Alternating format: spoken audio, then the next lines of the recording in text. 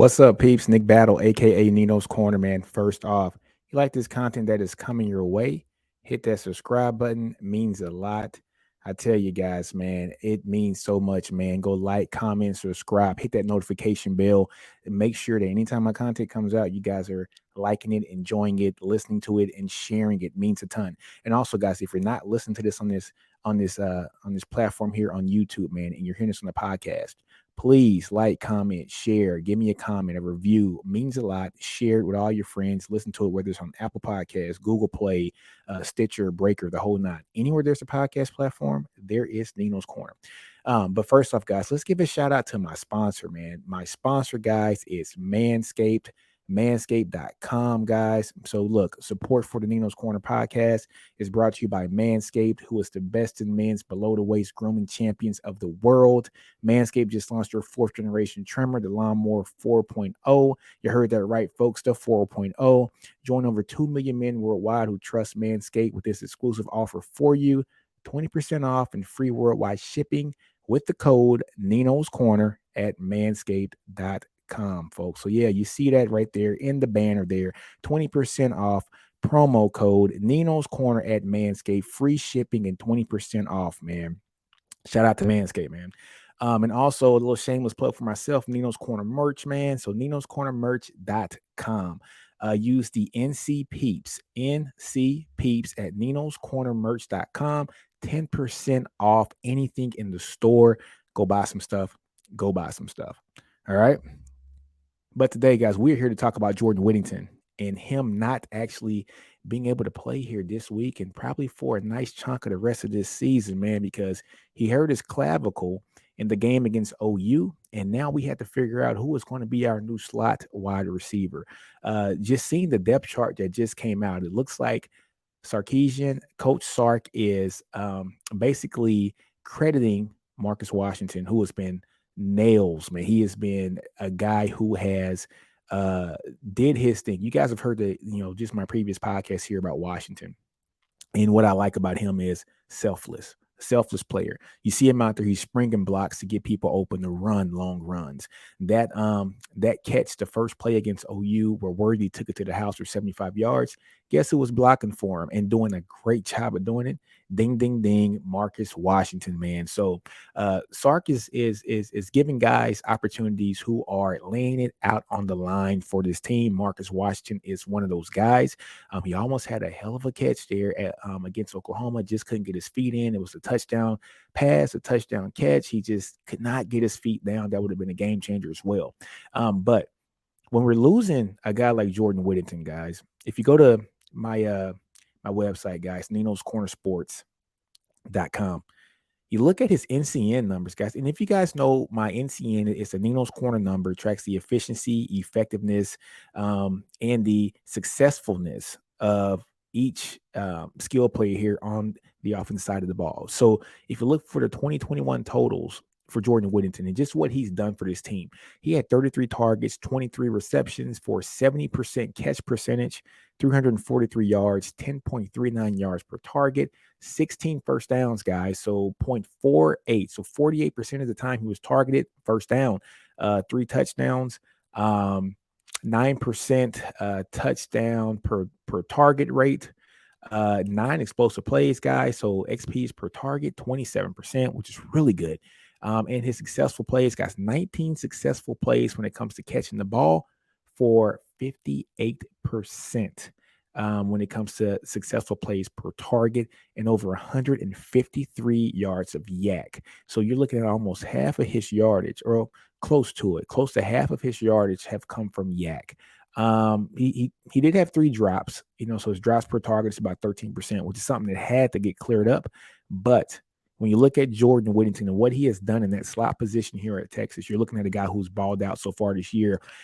He balled out against, ULL, 86.8 NCN for 113 yards.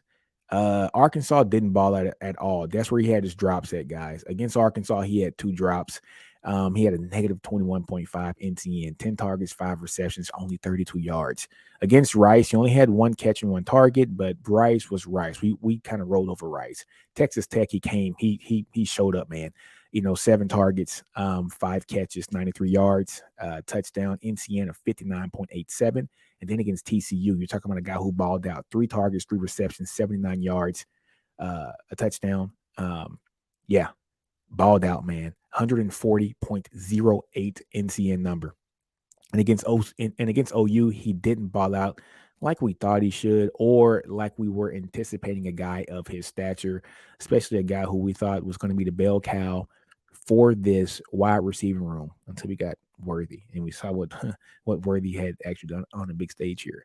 But who is going to fill in for this? And it seems like Coach Sarkisian is saying that Marcus Washington is going to be our guy.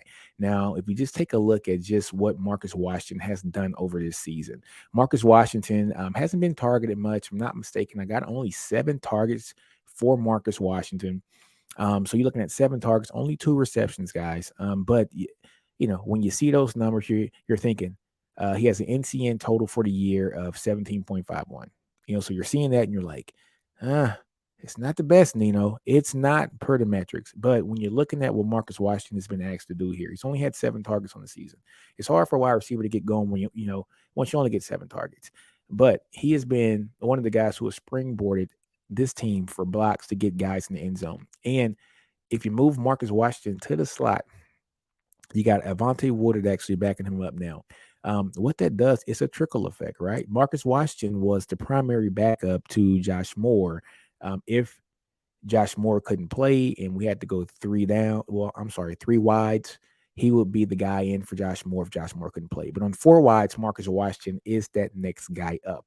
Now it forces Marcus Washington to be in that slot position or just on the field.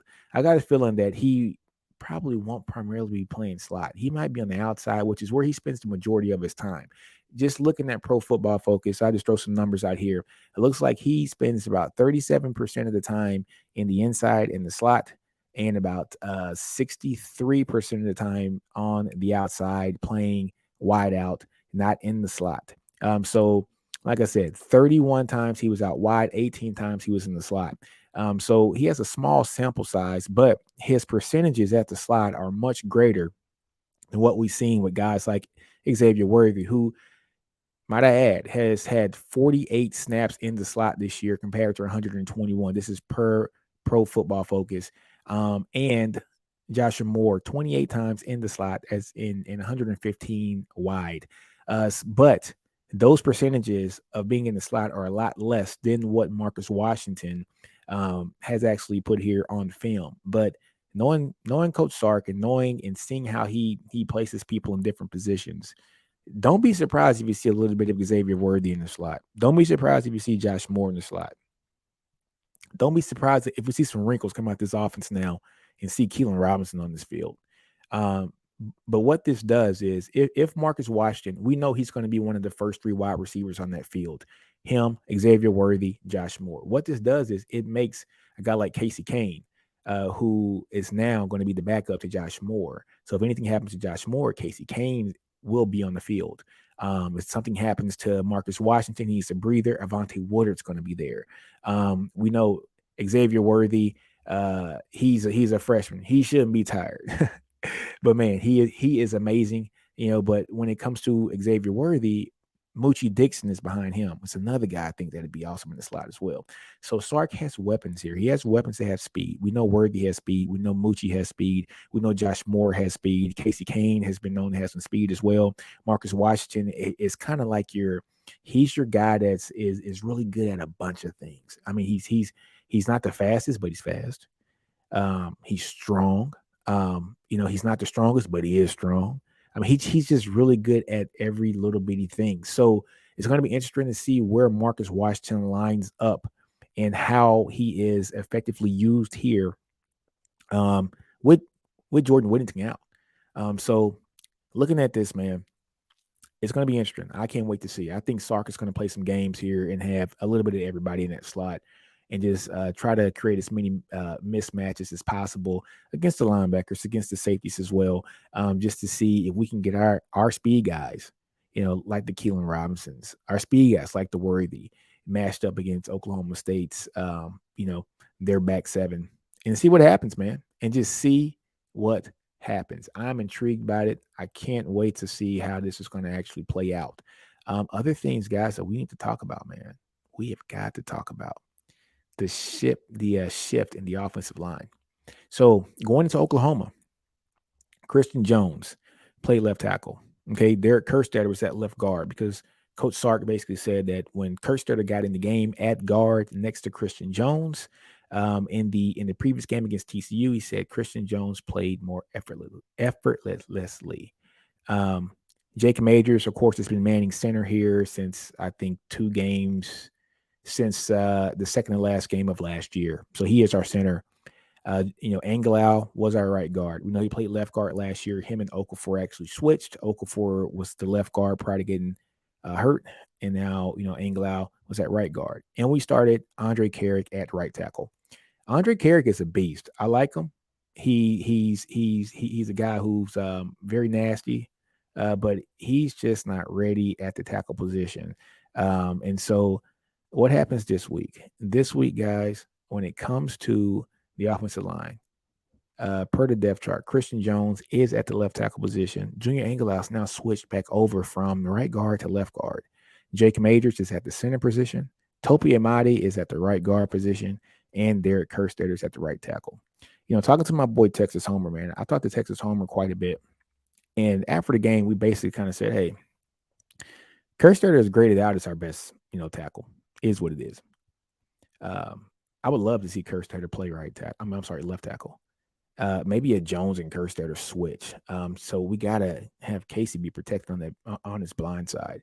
But yeah, he needs to be playing tackle. I'm glad Coach Sark has made that decision to put him back at the tackle position.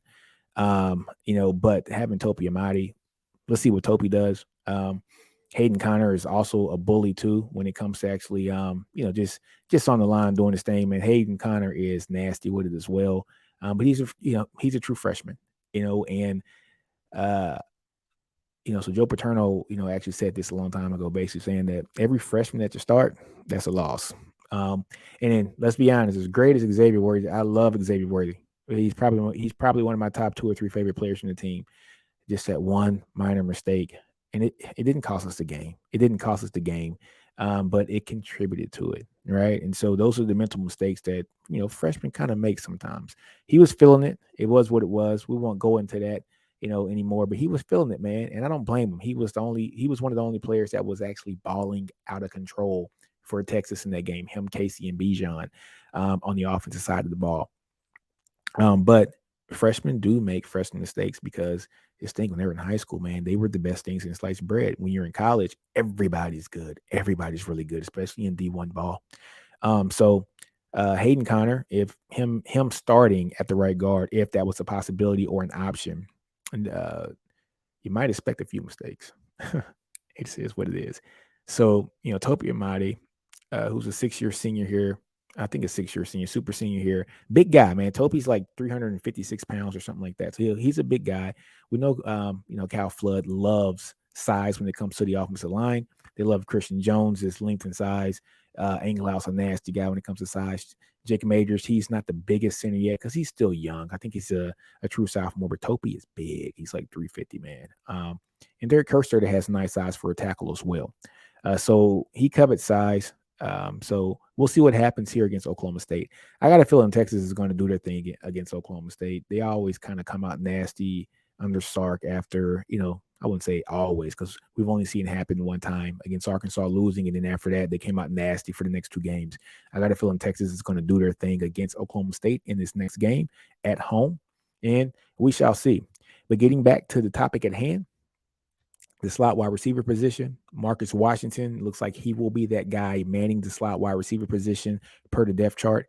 But do we really think he's going to be the guy solely manning that position? I don't think he's going to be solely manning that position. I think it's going to be a slot wide receiver by committee.